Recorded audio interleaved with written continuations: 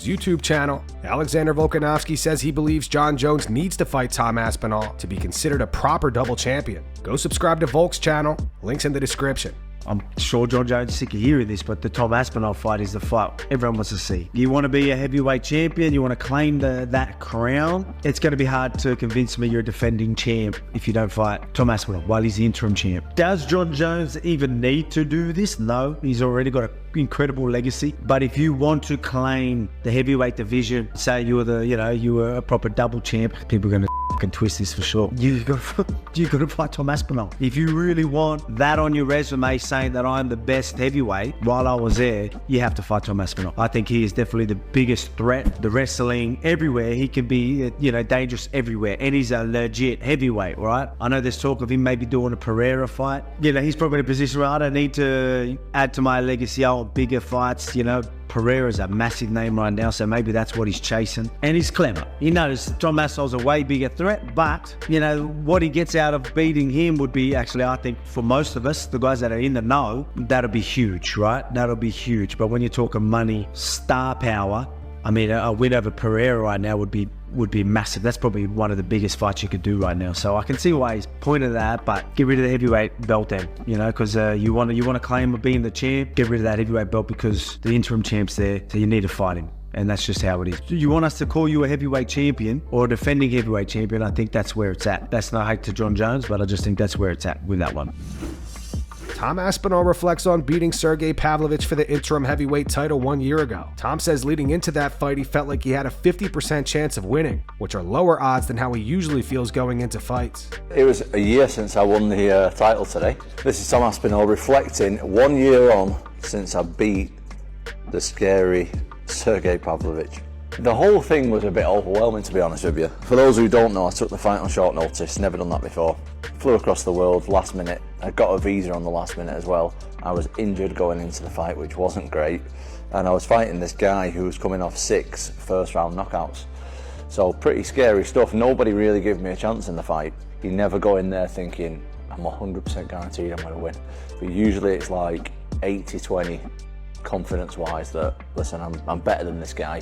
Yeah, you can catch me in this, you can catch me in that, whatever, but skill for skill and then my preparation, I'm ready to take over. But that one was honestly like 50-50. I was really, really gambling on that one. But you don't know how many chances you're going to get to fight for a heavyweight title. So I obviously grabbed it with both hands, went to Madison Square Garden, which I will be at again this week. It was a special experience. A few more years to go, but yeah, it's gone quite fast, to be honest. If I would have had more time to prepare, I wouldn't have been as overwhelmed. Like my last fight, it was all good.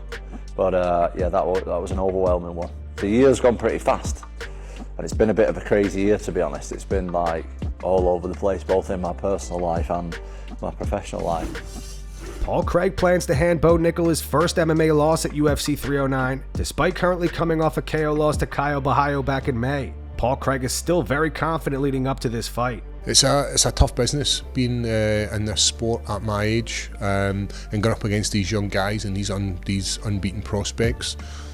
But having the opportunity to walk out in MSG is just going to add to my legacy, and getting a victory on Saturday night will add to my legacy. I do believe that for a long time Bo will be unbeaten, but I do believe I'm going to be his kryptonite to get a loss on his record. Always coming off a loss is a tough moving forward, but it came to a point where I had to reevaluate what my goals were for the sport, because up to that point it was about, right, we're looking for this title, we've moved to middleweight, we're looking to make a splash. And then it changed from being about the going for the title to being about being in moments. And now, as I'm getting a bit older, I'm not saying the title shot is out of the picture, but right now it's a few fights away, because I'm out the top 15. And it's now about having these moments within fights. Every time you step into the octagon, it's always about beating the best, and I believe that I've done that within my career. When you look at who I've faced on my light heavyweight as well as the middleweight, like, they've all been the who's who. For a long time I was the boogeyman in the division, where I would rock up expecting to be beat and get the victory through submission most of the time, and it's going to be the same come Saturday night. Bo Nickal is a tough opponent, but he's never faced someone as experienced as me. 27 pro fights as a professional, and we're getting to do that in the MSG. Tom Aspinall poses with his interim heavyweight title ahead of UFC 309.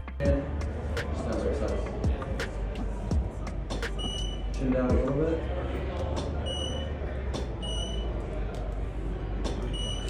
And then rotate to the side.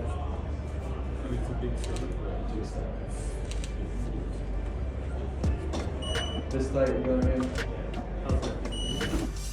Ahead of his upcoming fight against Dominick Reyes at UFC 310, Anthony Smith says for the first time in his career, he is actually watching film of his opponent. Michael Bisping finds that crazy, then shares a story of how he watched too much film leading into his first fight against Dan Henderson, where he got KO'd brutally in the second round. You know what? Actually, something new that I've done now that I didn't used to do. I'm watching more film on my opponent. Really? You never did that? That's crazy. Never. You never watched tape? Never. Not on my own opponents. Yeah, I used to watch it. You can do too much. For example, I learned this because I used to study all my opponents, look for tendencies and all that crap. Then when I coached The Ultimate Fighter against Dan Henderson the first time, it was about a year between fights. And I knew I was fighting Dan Henderson because, we filmed the show, then the show's going to air and all the rest of it. And I was watching his fights. And then come fight night, I felt like a little and afterwards, it's like, well, I'm not surprised. All I've done for the final year is watch highlights of him knocking people out. And then the next minute, when we talked about Madison Square Garden, it's Mandalay Bay, it's UFC 100, the biggest event the world's ever seen, and you're in there. And for the last year, I've just seen this guy knocking everybody out. And I was like, oh. No, you become a spectator. Then after that, I was like, nah, I'm never doing that again. I'll watch them. When I first find out who the opponent is, get an idea, watch a couple of fights. After that, leave it to my coaches. Yeah, I've always let my coaches do it almost solely. But Dean is actually the one who I don't just watch the highlights and I don't watch the fight beginning to end.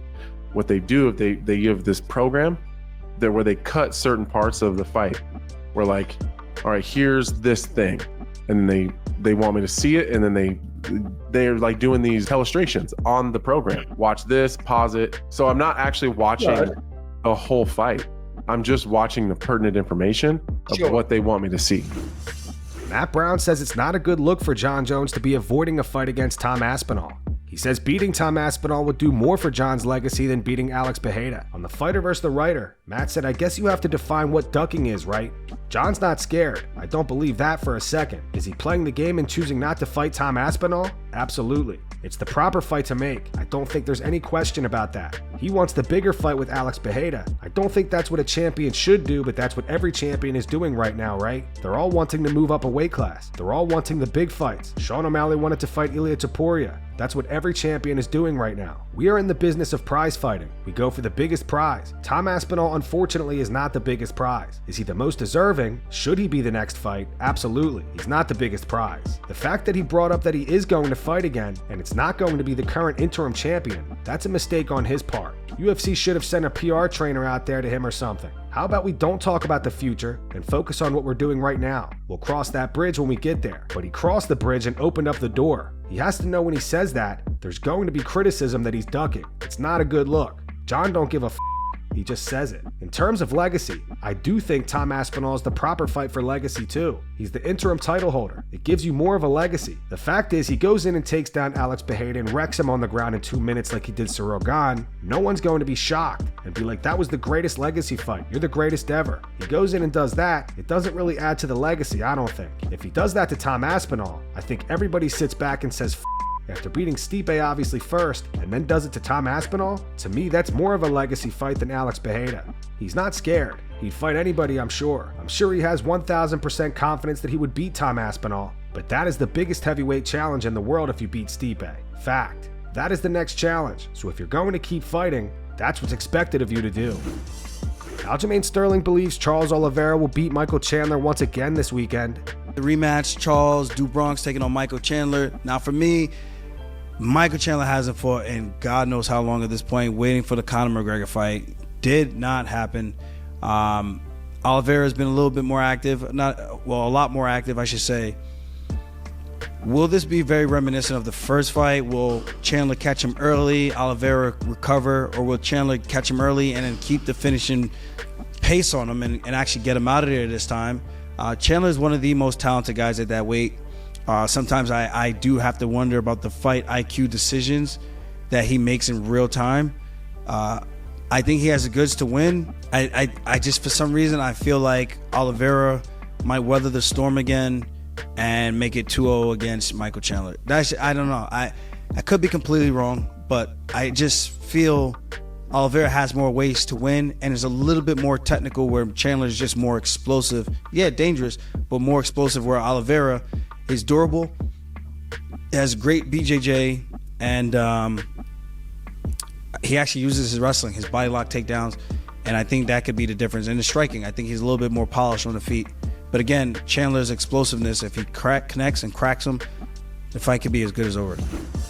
Jon Jones tries on a pair of the old UFC gloves. That's strong, dude.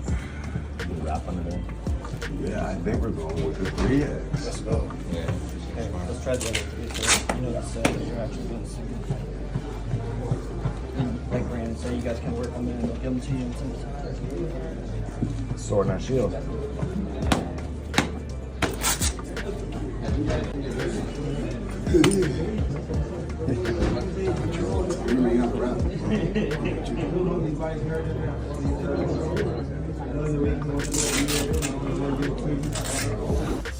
Tom Aspinall had words for Jon Jones today. On his YouTube channel, Tom says that Jon and Stipe are two old farts fighting for the most disputed title. What I've got against this fight in particular is it's contested for an undisputed heavyweight title.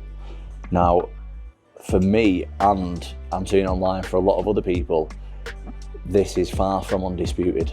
This is the most disputed title that you can possibly get, because there's two champions, and one of the champions, Jon Jones, is avoiding the other champion, me. And he's chose to fight a 42-year-old Stipe, who's had a fantastic career. Both guys have had a fantastic career, great legacy. But let's be honest, these are two old farts fighting each other for a title and occupying it, which is a bit weird. Nobody that I can see really gives a shit about this fight. It's just like a weird situation, the way this is for a heavyweight title. Alex Pereira has responded to Jon Jones, saying he's willing to relinquish the heavyweight title and fight Alex for a BMF belt. Here's what Jon told Aaron Bronsteter. It'd be cool to fight over the heavyweight championship, but I would also willingly give up the heavyweight championship. I walked away from the light heavyweight championship, and I'd love to walk away from this one as well, on top, on his own terms. Good head on his shoulder, making lots of money. I love the position that I'm in right now. Fighting Pereira for the Banff belt, that'd be cool. We both have 2 belts in 2 weight classes. The night we fought, we'd be both fighting for our 3rd belt, which would be the Banff. How cool would that be? You heard it here first. I haven't had this conversation with any other reporter. Alex responded today by posting this to his Instagram story. He wrote, "Shama, my brother, let's make them wait. At Dana White, at Johnny Bones." Fans are concerned for Jon Jones today after some new footage posted by UFC on TNT. Here's the footage in question. It appears like Jon is limping.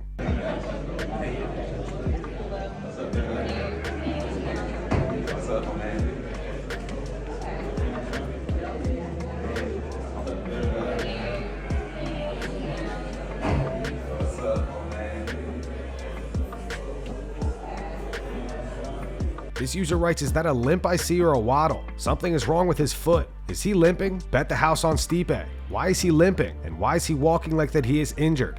What do you guys think of the footage? Post your opinions in the comments. And that's going to wrap it up for the news. Thanks for watching. For daily MMA news and content, subscribe to Full Mount MMA and click the bell icon to be notified when we post videos. Here are the 3 top comments from last video. The first one's from Alex. It says, "How does Schaub consistently have the dumbest to say?" The second one's from Mr. B197. It says, "Jon Jones would rather hide underneath the octagon and vacate his title than fight Aspinall." And the final one's from Iceman29. It says, "If Stipe somehow knocks out Jones, it would be the most satisfying moment ever in MMA history, and nothing would come close." Those were the 3 top comments from last video. If you want to be featured in the next one, all you have to do is comment down below. And if you missed yesterday's news, click the video on screen right now to get caught up.